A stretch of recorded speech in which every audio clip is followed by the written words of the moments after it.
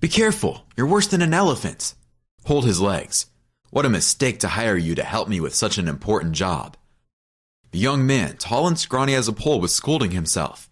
He and a scruffy-dressed guy were carrying a man about 5 years older than him who was unconscious. The man's head was smashed in. He looked as if he were dead, although just a few minutes ago, he was changing a flat tire on his luxury car and was cheerfully discussing it with his stepmother the upcoming weekend events on the phone. And then, a sharp bump and a plunge into darkness. Finally, the accomplices dragged their heavy cargo to the shore of a huge body of water, where a small but quite expensive speedboat with a tied-up boat and oars was weaving in and out of the waves. Corey, along with a drinking companion he had hired, threw the cargo into the speedboat. After that, he paid his helper and quickly sailed off, making his way toward the center of the body of water. But Corey didn't plan to go very far. He had a boat with oars, and he didn't want to paddle for half a day. They would not find him anyway, he thought, and dropped Nicholas in the water, tying a heavy boulder to his leg, watching him go under the water. When he was sure that the poor fellow was completely covered by the water, he immediately swam away, steering the speedboat toward the opposite shore. But the man turned the steering wheel sharply a couple of kilometers away from the shore. He did that so sharply that the speedboat overturned and sank. And Corey, not wasting any time, having soaked to the skin, got to the boat and began to move the oars as fast as he could. Well, it's done. Let them try to find that fisherman now, and we'll show them the place. The main thing is to find the speedboat. It will be helpful to me, and if they don't find Nicholas, that's all right. The current carried him away. And the guy went to feed the fish. Oh, his poor mother. How will she cope with such a loss? The boy laughed, talking to himself. Fortunately, there were no witnesses to his crime, except for Roy, but he would keep his mouth shut for the rest of his life. He was sure of him, as he was sure of himself. The day before, nothing foretold trouble for Nicholas, a handsome man and an enviable candidate for many girls. After the death of his father from a heart attack, the young man inherited a huge fortune. However, he owned it together with his stepmother, who at first pretended to be inconsolable, and whom he had never liked much, suspecting that Margaret had married his father only because of money. It was hard to believe that a blonde, stunning 25-year-old girl, a model on the covers of glossy magazines, could be attracted to a short, overweight, balding 60-year-old man with a son who was even older than his chosen one. Nicholas tried to talk his father out of taking such a desperate step, but all was to no avail. Mr. Frederick Miles fell in love like a boy. For 7 years, the businessman mourned the loss of his wife and did not even look at other women. But one day at a fashion show, where he was invited by a friend, Frederick met the standard of femininity and beauty. Margaret immediately took her luck by the tail. Since the girl was sick to death of endless shoots, castings, and other deprivations in the life of a model, she decided that she would never miss such a chance. Unfortunately, Mr. Frederick Miles, having married a young lady, had no idea that she loved him no more than a creaky old shoe. He loved this young lady so much that he did not even sign a marriage contract. And after his sudden death, to Margaret's great joy, she received half of the property acquired during the marriage. She could get it, and finally be happy. But unfortunately for her, there was another heir who got the tidbit, a large commercial bank, the basis of his father's business. However, at first, Margaret was not worried about this loss, because the young woman still had money to live comfortably until the end of her life and never work. But Corey was constantly reminding her of the unfairly divided inheritance. Not long ago, the 20-year-old boy had been her lover, and now he was proudly known as her partner. Only a couple of weeks had passed since her husband's death, and the widow had already taken off her mourning clothes. After all, at her young age, when her female body demanded amorous adventures, she could not spend all her time mourning the old man. That's why she invited Corey for permanent residence in her country villa. He was only 18 when, in one of the nightclubs, a young man was seeking adventure, and he spotted a young bored woman in a corner, whom he called an elderly woman in his mind. Well, Margaret was 10 years older than Corey, who dared to approach her, showered her with compliments, and bought her a cocktail. Margaret was planning to meet her friend at that club, but unfortunately, her friend broke a nail, so she did not go to the club, being in sadness. But that was yet to be known. But that same day, no matter how much she resisted her desires, no matter how much she convinced herself that she had nothing in common with this poor construction college boy, she eventually gave in, melting before the boy's gentle words and rock-hard biceps. Since then, Margaret has had a lover, to whom she gladly secretly escaped from her old spouse, sincerely believing that the young man feels something more for her than mere affection for a rich lady. But of course, there was nothing else Corey was interested in but money. And the boy was always lacking in money because he liked to spend his time gambling. And the appetite, as you know, comes with the game. He constantly asked his mistress for more and more money, inventing various reasons. And after the young man moved into her house, he began to waste money so fast that soon they would have to live in poverty together. That's when Corey came up with the idea of an easy way for them to make money. After all, no one had yet had time to join the right of inheritance, and so the list of heirs could be shortened. Margaret almost fainted at first when she found out that her partner offered to send the poor stepson to the afterlife. The woman was strongly against it. But when Corey reminded her that she would soon have nothing to inherit, she quickly agreed to play along with her lover just a little. Her role was minor, to invite her stepson to have dinner with her at the country house, ostensibly to discuss a plan to run the business together. Of course, the businessman was okay with it. They had to solve this problem a long time ago. He drove to dinner with his stepmother in his car, but on the road that led to her house, some rascal put metal spikes in it. One of them broke through the front tire of the car. Of course, it was done by Corey, who was waiting for the rich man in the bushes with an accomplice. As soon as the man began to change the tire, he was immediately struck on the back of the head with cobblestone and lost consciousness, coming to his senses from time to time, lying in the back seat of his own car, while the murderers were driving him to who knows where. He heard every word they said, but there was nothing he could do. He didn't even have the strength to open his eyes. But Corey was a worthless criminal, for he had not even bothered to check whether his lover's stepson was alive. Also, the stone was tied to his leg carelessly too, because immediately after he fell into the water, the stone came right off. But worst of all, the cold water brought Nicholas to his senses. The man floated to the surface. Luckily, there was a large log nearby, which he grabbed, and in a few hours he made it to shore. But Margaret and Corey did not have to worry about retaliation from him, for Nicholas had completely lost his memory. What's more, he somehow thought he was just a homeless man. Who else could swim in a body of water with a huge head wound and tattered, dirty clothes? And so he wandered around the neighborhood, not even realizing that he was the owner of a multi-million-dollar fortune.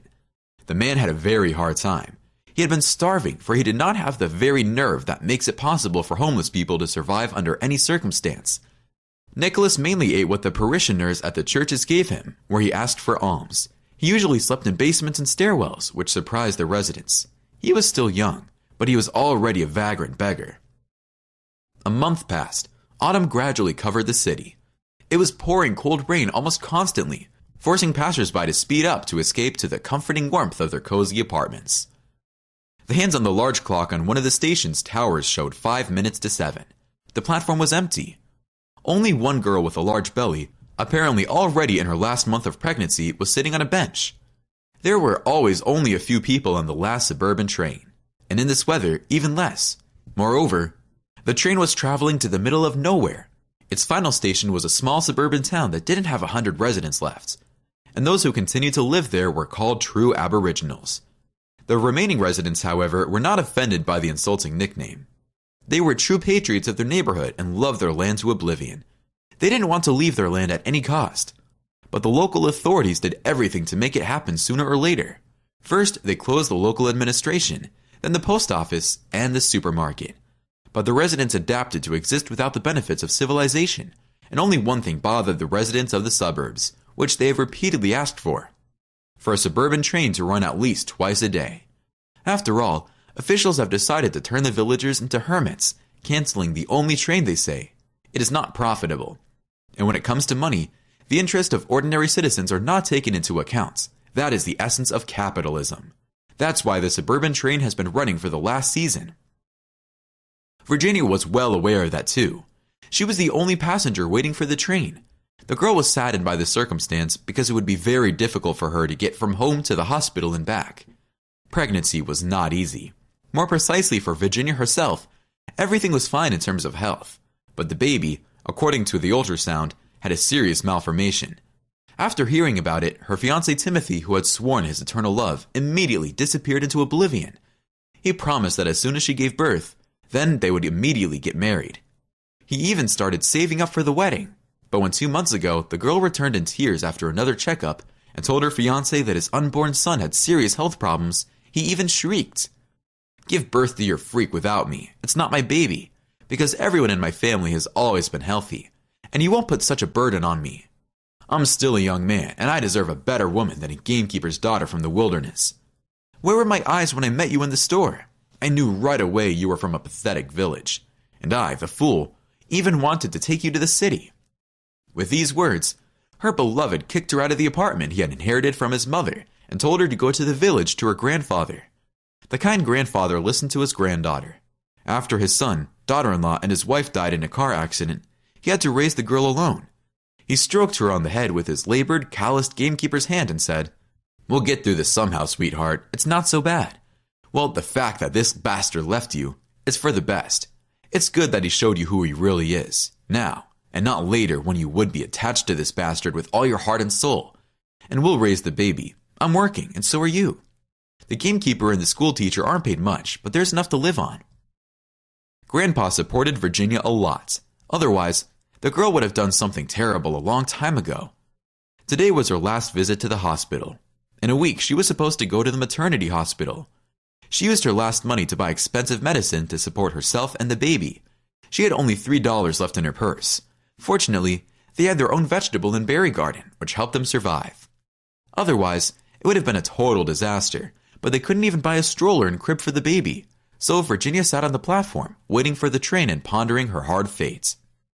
Suddenly, Virginia noticed a man walking along the platform who approached her, greedily looking at the half-eaten cookie she was holding in her hand. Swallowing his saliva, Nicholas said, "Can I have some, please? I'm very hungry. I haven't eaten since yesterday morning." Virginia looked sorry for the poor man, because he didn't look like a drunkard who had ruined his life himself. Taking another cookie out of her purse, and watching how hungrily the young man ate it, Virginia began to ask him how he had come to this life. But he answered that he remembered nothing of himself, and had been living on the streets for a month. "Maybe you should have to at least go to the police. What if someone is looking for you?" "No one is looking for me." Nicholas shook his head. "I've already been detained, and then just kicked out of the police station. They were afraid that I have lice." And then, the girl remembered that there is an abandoned gamekeeper's hut near her village, where her grandfather now stored various equipment. Still, it was better to live there than on the street, and they will share some potatoes with the guest. Nicholas was very happy to hear about the stranger's offer. Virginia took out her last $3, gave it to the tramp, and sent him off to get a ticket for the train. 30 minutes later, they were sitting in the old train, chatting cheerfully with each other. As surprising as it was, the young people had many topics in common. Nicholas turned out to be a well-educated and well-read man, which was hardly compatible with the image of a homeless man. Even their mood improved during this relaxed conversation. Though their fate was not easy, they would have arrived at their destination if at one of the stations a man with a local newspaper had not entered the train. He sat down in the seat next to him and began to read the newspaper. And then, as if he were insane, Nicholas stared at the front page of the newspaper. A moment later, he snatched the newspaper from the man's hands and ran out of the train, leaving the shocked girl alone. The headline was, "Famous Banker Drowned in Body of Water." There was a picture below it, a picture of him, healthy and smiling. Then Nicholas remembered everything. A year had passed. Things were very bad for Virginia. She gave birth to a son, but the boy's disease progressed every day. Urgent surgery was needed, but Virginia and her grandfather had no money. They had already done everything they could. They sold all their possessions, moving into the same gamekeeper's hut that Virginia had once offered to a strange homeless man. They took several loans from banks, applied to charitable organizations, but there was still not enough money. The girl was desperate because her son could have been saved, but there was nothing she could do. And then she received a notice from the bank telling her to immediately repay the debt, or the harshest measures would be taken. The next day, she went to the bank. She was going to ask the CEO to allow her to get a loan deferment. Leaving the baby in grandfather's care, Virginia arrived at the huge bank building. Strangely enough, the CEO of the bank agreed to see her, even without a prior appointment. With tears in her eyes, she entered the office. And when she looked at the man who sat in a huge office chair, she was almost dumbfounded. So was the man. She immediately recognized him as the tramp to whom she had given her last $3. And he wasn't very grateful. His stepmother and her lover were terrified when her stepson returned alive and unharmed and brought the police with him. The couple denied it for a long time, but they soon confessed to everything, for it was Roy who ratted them out. He thought that at least they would feed him in prison because his buddy Corey had forgotten about him after their adventure. Margaret and Corey went to prison after him. Fortunately, they had not yet had time to waste the fortune, which was returned to the true owner. Virginia and the banker still had a lot to talk about, but the most important thing was that Nicholas, who had returned to high society, not only forgave her debt, but also helped her with the money for her son's surgery. "You gave me $3 once, didn't you? I pay you back with interest," the banker said. Nicholas began to visit the woman more and more often, and one day he came to Virginia's house with flowers, a ring with an unusual stone, and a request to become his wife, to which the happy mother agreed and the stepfather approved.